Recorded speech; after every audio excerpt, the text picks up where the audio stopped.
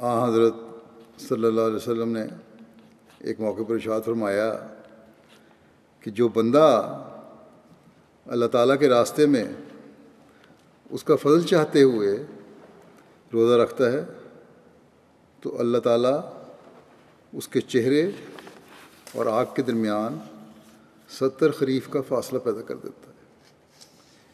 یعنی جو فاصلہ ایک موسم کے درمیان ہے، خدا یا سرما کا موسم ہے اور اگلا سرما کا موسم ہے، جس کا اتنا فاصلہ ہے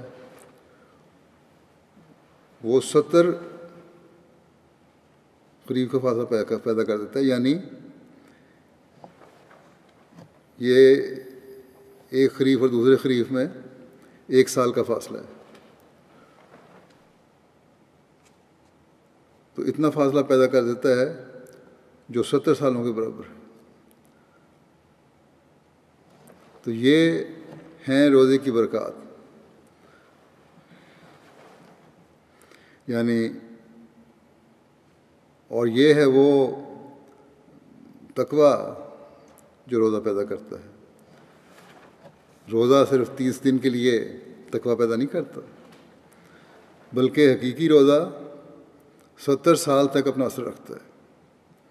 اور اس حساب سے اگر ہم دیکھیں تو روزے کی فرضیت ہونے کے بعد ایک انسان پہ، ایک بالغ مسلمان پہ جب روزہ فرض ہوتا ہے، اس کے بعد جو روزے سے حقیقی فیض اٹھانے والا ہے اور اس کی روح کو سمجھ کر روزہ رکھنے والا ہے، وہ تمام عمر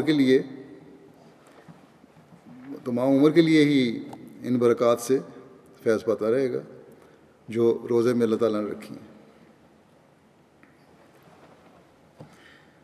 اور تقویٰ کی راہوں کو تلاش کرتا رہے گا جو روزے کا مقصد ہے، اور اس طرح اللہ تعالیٰ کی ناراضگی سے بچ جائے گا اور اس کی خوشنودی حاصل کرنے والا بنتا چلا جائے گا. اگر ہم تصور کریں کہ ایسے روزے دار ہمارے معاشرے میں پیدا ہو جائیں تو وہ کس قدر خوبصورت معاشرہ ہوگا، جہاں اللہ تعالیٰ کے حق بھی ادا کیے جا رہے ہوں گے اور بندوں کے حق بھی ادا کیے جا رہے ہوں گے. اور یہی وہ حسین معاشرہ ہے جو ہر مومن قائم کرنے کی خواہش رکھتا ہے، بلکہ ہر انسان اس معاشرے کو قائم رکھنے کی کوشش کرتا ہے جہاں تک اس کے اپنے حقوق کا سوال ہے. لیکن جیسے کہ میں نے کہا، حقوق کا سوال ہے، عموماً اپنے لیے یہ تو پسند کرتا ہے، چاہے دوسرے کے لیے اس کو خیال نہ آئے. لیکن اسلام کہتا ہے کہ دوسروں کے لیے بھی تم نے یہ معاشرہ قائم کرنا ہے. صرف اپنی سہولیات نہیں دیکھنی، اپنے مفادات نہیں دیکھنے، اپنے حقوق نہیں دیکھنے، بلکہ دوسروں کے حقوق کی بھی حفاظت کرنی ہے، ان کا بھی خیال کرنا ہے.